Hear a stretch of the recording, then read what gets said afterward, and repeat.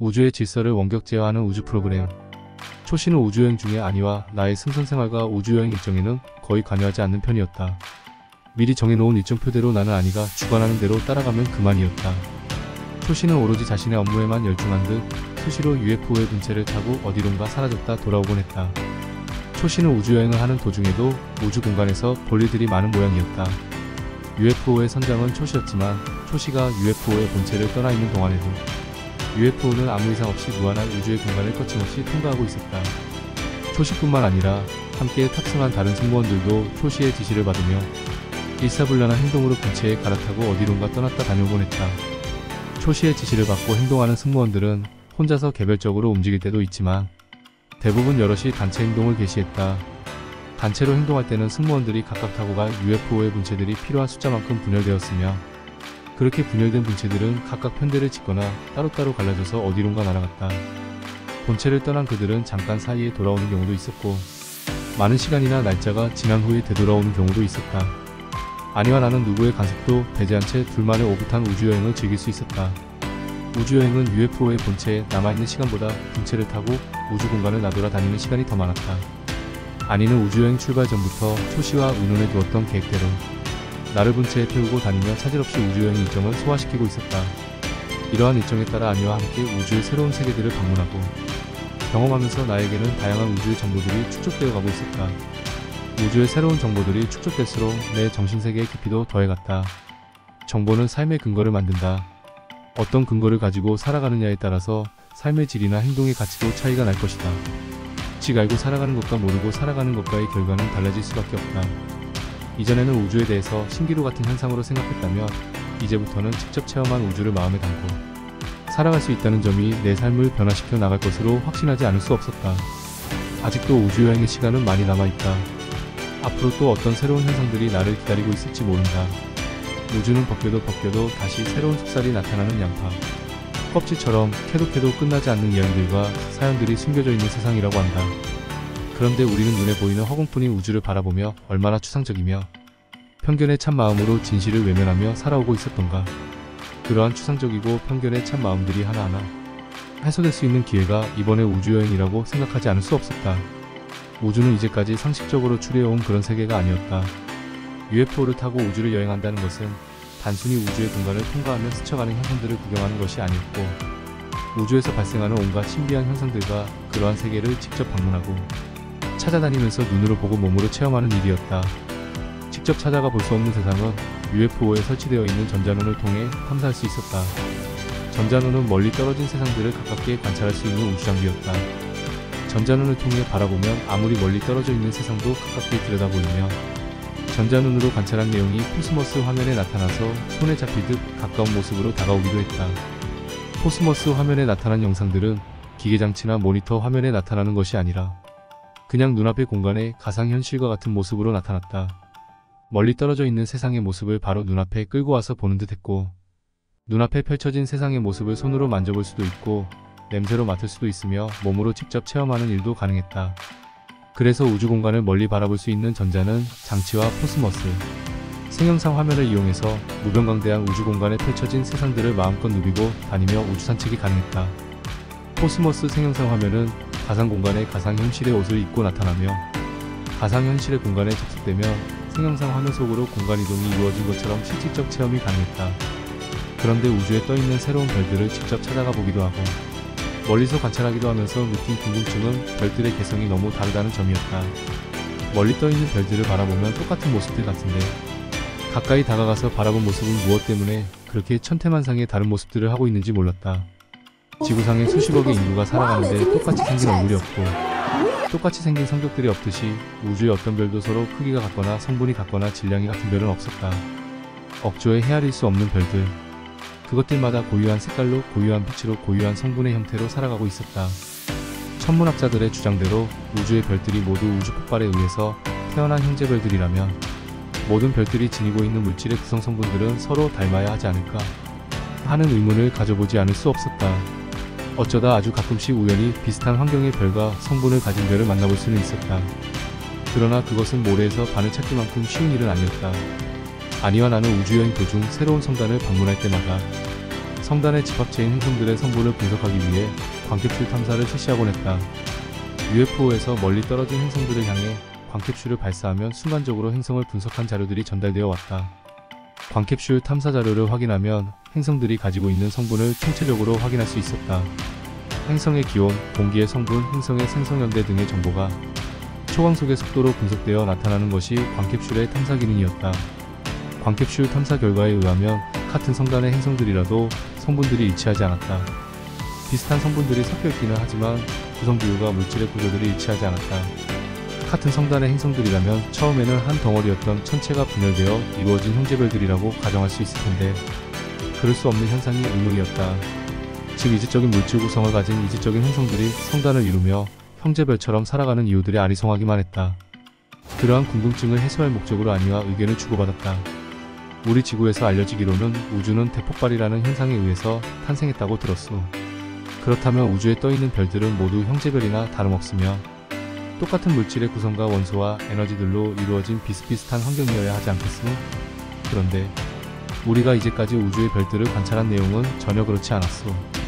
별들마다 생긴 모습이 너무 판이하고 그 별들을 구성하고 있는 물질들의 구성 요소들도 너무 다르다는 점을 발견할 수 있었소. 그 점에 대해서 안위는 어떤 견해를 가지고 있어? 지구에서는 우주를 폭발에 의해서 탄생했다고 믿고 있을지 몰라도 우리 샤르벨에서는 그렇게 믿고 있지 않답니다. 그러면 어떻게 믿고 있어? 우주는 본래의 그대로이며 복잡한 우주 프로그램으로 형성된 거대 프로젝트일 뿐이랍니다. 새로운 별들과 성단들이 끝없이 생성되고 소멸되기를 반복하면서 말이에요. 그러한 우주 프로그램에 의해서 우주는 끝없이 진화하며 우주의 다양한 질서와 복잡, 미묘한 우주의 섭리를 이루고 있을 뿐이랍니다. 샤르앙이 말했듯 우주에는 억조에 헤아릴 수 없는 성자들이 떠서 반짝이고 있지만 그 모습들은 제각각이며 환경의 형태도 다양하답니다. 그 또한 풀리지 않는 우주의 수수께끼라고 대답할 수 있지만 그 해답은 우주의 운영 프로그램 속에 저장되어 있습니다. 우주 운영 프로그램이라고요? 그래요. 우주의 모든 현상은 이미 저장된 프로그램대로 실행되고 있을 뿐이에요. 인간의 생명체도 그것을 운행하는 프로그램이 존재하기 때문에 가능하고 자연계의 질서도 프로그램의 역할 때문에 가능하고 우주 전체의 모든 운행도 그것을 운영하는 프로그램 때문에 가능하지요. 즉 우주는 작은 것에서부터 큰 것에 이르기까지 우주 운영 프로그램에 의해서 이루어지고 있다고 설명할 수 있지요. 우주 운영 프로그램이 존재한다면 그 프로그램의 주인이 우주의 주인이 아닐까요? 물론 그렇겠지요. 그렇다면 그 복잡한 우주 프로그램을 운영하고 있는 우주 프로젝트의 주인은 누구일까요? 우주 스스로이지요. 우주는 스스로 절대자이며 조물주라는 뜻이요. 우주는 천하를 아우르는 위대한 영성을 소유하고 있지요. 그 위대한 영성의 힘으로 우주 삼라만상의 자연이 창조되고 진화하며 인류가 태어나 살고 있답니다. 우주의 영성은 신의 세계를 창조하고 인간 세상을 창조하며 자연 세계를 창조합니다. 우주 영성의 힘으로 인류가 태어났고 인류의 영혼이 진화되어 신의 존재로 다가서게 됩니다. 그렇게 인류의 영혼이 진화된 신격체가 우주의 영성이 되어 우주 창조의 변화를 주도하고 있다고 설명할 수 있겠지요. 당신의 아버지 초신님으로부터 인간이 가지고 있는 생명체의 모든 구성체, 메커니즘도 우주 프로그램으로 운영되고 있다고 들었소. 그렇다면 샤르별의 인류들은 우주의 모든 섭리와 질서, 그리고 자연과 생명의 현상 일체를 우주 프로그램의 작용으로 믿고 있는가 보. 그렇답니다. 우주의 모든 영적인 작용, 창조의 작용, 진화의 작용, 그리고 초자연적인 현상의 작용들 일체를 우주 프로그램에서 비롯된 현상으로 이해하고 있답니다. 그러므로 우주는 태초에 우주 프로그램이 존재했고 그러한 거대 프로젝트에 의해서 우주는 스스로 존재할 뿐이라고 믿고 있답니다. 우주의 모든 현상과 질서와 섭리가 우주 프로그램으로 이루어지고 있다니 새로운 느낌으로 우주를 바라보게 되고 자연과 생명체들이 살아가는 위치를 새로운 각도로 바라보지 않을 수 없을 것 같습니다. 그리고 우주 프로그램이라고 하는 거대한 힘에 의하여 우리들 삶은 자신도 모르는 사이에 이끌려지고 있다고 생각도 그건 당연한 생각이지요.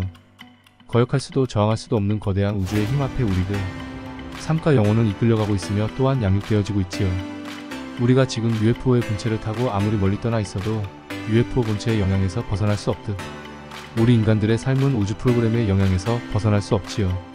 우주는 끝없이 진화되고 변화되는 것 같아도 언제나 본래 그대로이며 태초 그대로란 사실을 잊어서는 안 될 것입니다. 그러면 결국 우주에 떠있는 별들이 모두 서로 생소한 모습을 하고 있어도 우주 프로그램의 영향을 받고 있는 존재의 질서들은 일치하겠군요. 우주의 별들뿐만 아니라 우주에 존재하는 모든 자연과 생명체들도 서로 생긴 모습이 다르고 개성들이 달라도 무엇 하나 우주 프로그램의 영향에서 벗어나 이질적인 존재의 질서를 보유하는 일은 없답니다. 우주의 모든 현상이 프로그램의 결과라면 당신들이 생각하는 우주 절대자의 존재는 무엇이오? 우주의 절대자는 우주 프로그램의 관리자이지요. 세상의 이치란 프로그램의 내용이 좋다고 좋은 결과만 나오지 않고 프로그램의 내용이 빈약하다고 빈약한 결과만 나오지는 않아요. 곧 프로그램의 결과는 그 프로그램의 운영자나 관리자의 솜씨에 따라서 얼마든지 다르게 나타날 수 있다는 의미지요. 우주 프로그램은 우주를 변화시킬 수 있는 유일한 도구이지만 누구의 손에 그 운영권이 쥐어졌느냐에 따라서 우주의 질서가 달라질 것입니다. 상황에 따라서 우주의 질서는 재편될 수 있다는 설명이군요. 선천세상이 지나면 후천세상이 다가오듯 우주는 개벽이 진행되고 있습니다. 우주 프로그램의 운영이 바뀌고 있다는 증거지요. 기계의 성능에 따라 작은 에너지가 필요할 때도 있고 큰 에너지가 필요할 때도 있듯 우주 개벽의 시대에는 더 큰 프로그램을 운영하기 위한 파워의 큰 에너지가 필요하게 됩니다.